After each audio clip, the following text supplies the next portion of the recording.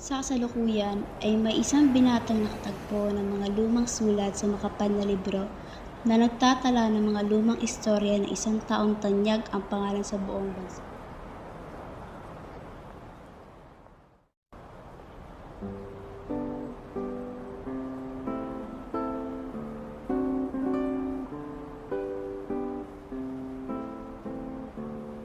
Ano na naman yan? Ha? Ito? Nakita ko lang to sa bahay namin.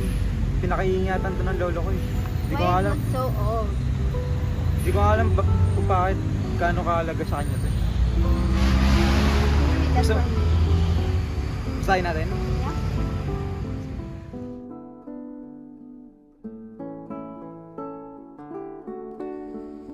Natapos na sa isang simpleng tahanan at ang aking unang minahal.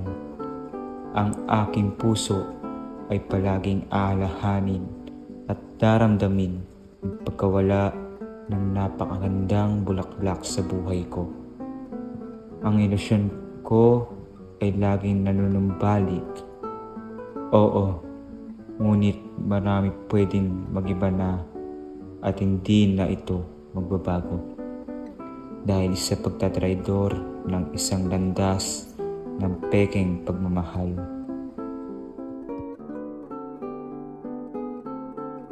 Ngunit hindi nagtagal ay papakasal na pala ito sa iba.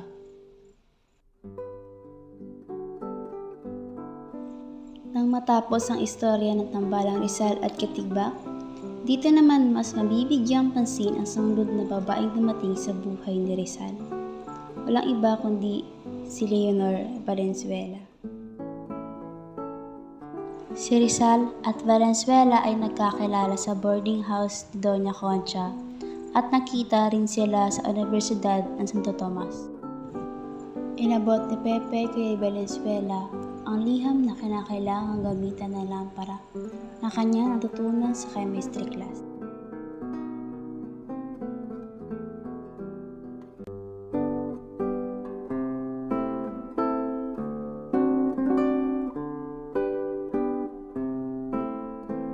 Sa Madrid nakilala ni Rizal si Ortiga.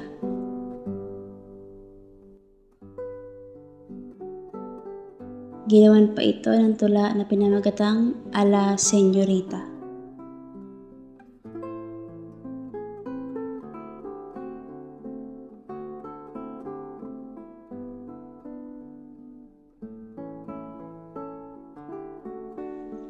Nabighani si Rizal sa gandang taglay ni Osisan. Kalaunan ay nagkaintindihan sa French at English. Di nagtagal, nais ni Rizal na lumagay sa payapa kasama si Osisan, ngunit mas pinili pa rin niya ang bansa.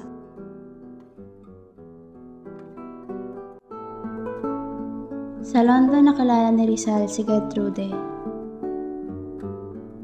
Handang ialay ang lahat para sa kanya, sa pagtulong at parehong masaya sa paggawa.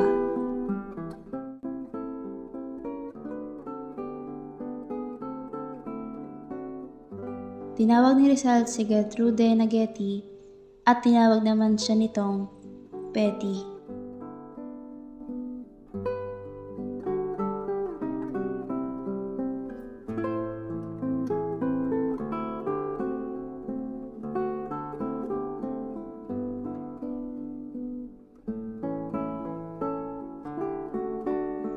Sa pananatiling bilang bisita sa tahanang Bausted, kinakaibigan niya ang dalawang anak ni Eduardo Bausted.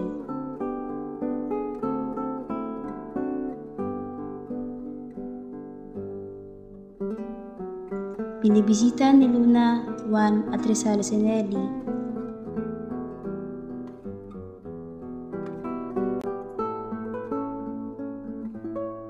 Pero nais ni Nelly si Rizal.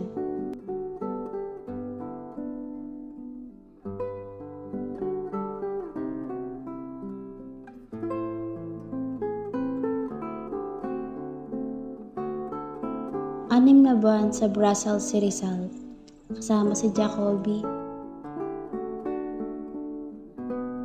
Pumunta silang Belgium summertime noong 1890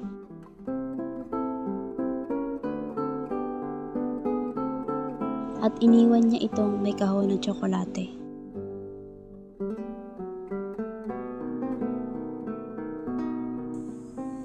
Payapa ang pagmamahala ni Josephine at Rizal.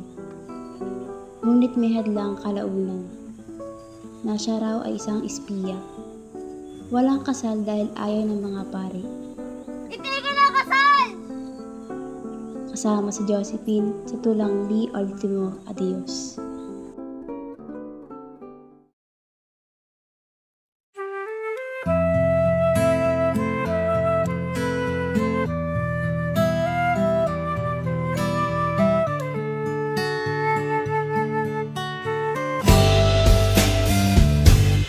Ating tamis ng pagsasama na sana hanap-hanap sa dalawa. Ako na lang ang natira. Sana'y magkita pa. Kailan na maririnig ang tahaking mag-isa. Kahit wala ka na.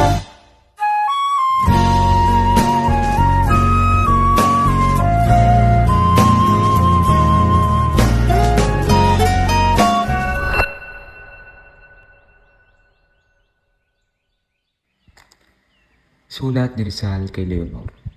Paalam kay Leonor. Adios, Leonor. Ito'y isang tula na sinulat ni Rizal bago ang kanyang pag-alis para sa Europa noong 1882. Dumating na rin ng yaong malingkatong na sandal na malungkot na darating ng palad kong sawing-sawi.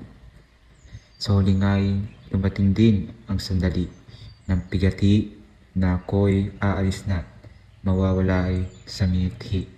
Paalam na, Leonor ko. Ako ngayon ay magpapaalam.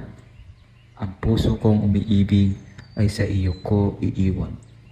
Paalam na, Leonor. Dito ako'y mawawala. Malungkot na paglayong ang sakit ko'y walang hanggan. Kahit nais ni Rizal na pakasalan ang dilag, ngunit bisang ayon ng kapatid na si Pasiano, sumulat si Rivera kay Rizal na nakatakda na siya sa iba.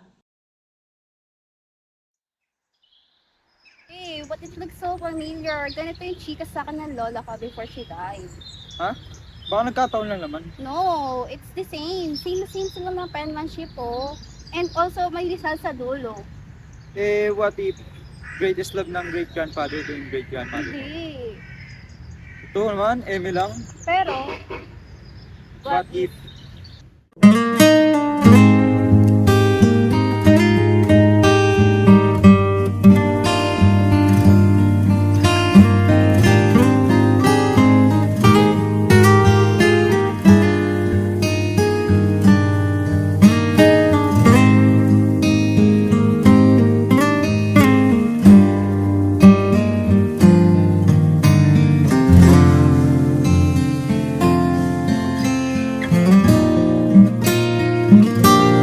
Hindi man tayong dalawa ang siyang huli at ang umpisa. Liham ko may matatapos na pag-ibig ay habang buhay